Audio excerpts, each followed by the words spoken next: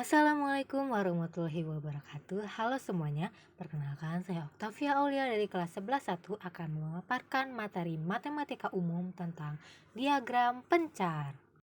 Masuk ke poin pertama yakni definisi. Diagram pencar atau scatter plot adalah representasi grafik dari hubungan antar dua variabel. Setiap titik pada diagram mewakili satu pasangan nilai dari kedua variabel tersebut. Diagram pencar digunakan untuk melihat pola, tren, dan kekuatan hubungan antar kedua variabel. Dengan kata lain, diagram pencar menggambarkan data bivariat. Masuk ke poin selanjutnya yakni manfaat diagram pencar. Yang pertama, menunjukkan hubungan antar dua variabel. Diagram pencar secara visual menunjukkan apakah ada hubungan atau korelasi antar dua variabel dan jenis hubungan positif, negatif, atau tidak ada. Yang kedua, mengidentifikasi pola dan tren.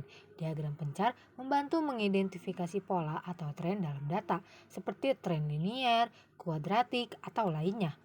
Dan yang ketiga yakni mendeteksi outlier. Poin-poin data yang jauh dari pola umum dapat dengan mudah diidentifikasi pada diagram pencar. Selanjutnya yakni membantu dalam prediksi. Jika terdapat hubungan yang kuat antar dua variabel, diagram pencar dapat membantu dalam memprediksi nilai satu variabel berdasarkan nilai variabel lainnya. Lalu, memudahkan visualisasi data. Diagram pencar memberikan cara yang sederhana dan mudah dipahami untuk memvisualisasikan data bivariat. Selanjutnya ada jenis variabel. Yang pertama, variabel bebas atau independent variable. Variabel yang nilainya tak bergantung pada variabel lain biasanya diplot pada sumbu X atau horizontal. Yang kedua, variabel terikat atau dependent variable yang dimana variabel yang nilainya bergantung pada variabel bebas.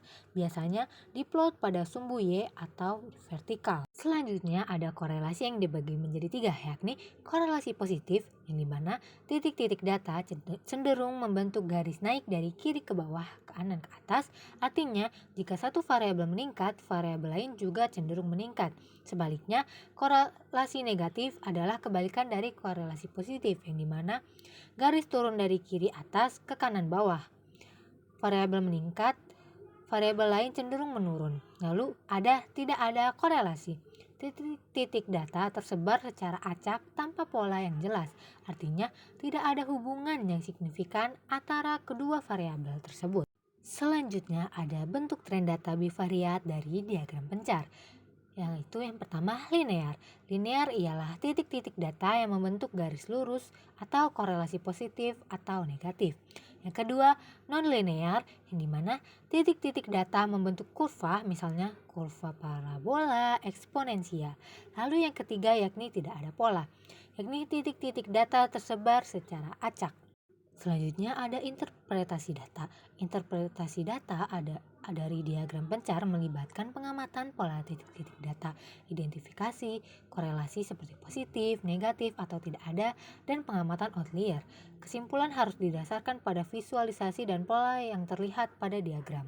Cara menggambar diagram pencar yakni yang pertama, tentukan variabel bebas dan terikat, identifikasi variabel bebas, sumbu X dan variabel terikat, sumbu Y. Yang kedua, buat sumbu koordinat. Gambar sumbu X dan sumbu Y dengan skala yang sesuai untuk Anda.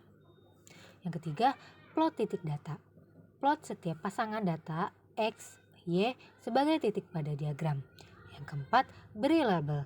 Beri label pada sumbu X dan sumbu Y serta judul pada diagram. Kita beranjak ke contoh soal. Seorang peneliti ingin mengetahui hubungan antar jumlah jam belajar X dan nilai jumlah Y ujian dari 5 siswa. Data yang diperoleh sebagai berikut pada tabel yang tertera. Terdapat dua pertanyaan, yakni 1. Gambarlah diagram pencar berdasarkan data di atas. Yang kedua, apakah ada korelasi antar jam belajar dan nilai ujian? Jelaskan. Mari kita bahas dua soal tersebut. Setelah kita ikuti tata cara membuat grafik tersebut, maka inilah grafik yang saya dapatkan dari soal tersebut. Dan jawaban nomor 2, dari diagram pencar tersebut akan terlihat bahwa titik-titik data cenderung membentuk garis naik dari kiri bawah ke kanan atas. Ini menunjukkan korelasi positif yang kuat antara jam belajar dan nilai ujian. Artinya, semakin banyak jam belajar, semakin tinggi nilai ujian yang cenderung diperoleh. Saya cukupkan materi yang saya jelaskan. Bila ada kesalahan perkataan atau penjelasan mohon dimaafkan. Wabillahi taufiq wal hidayah. Wassalamualaikum warahmatullahi wabarakatuh.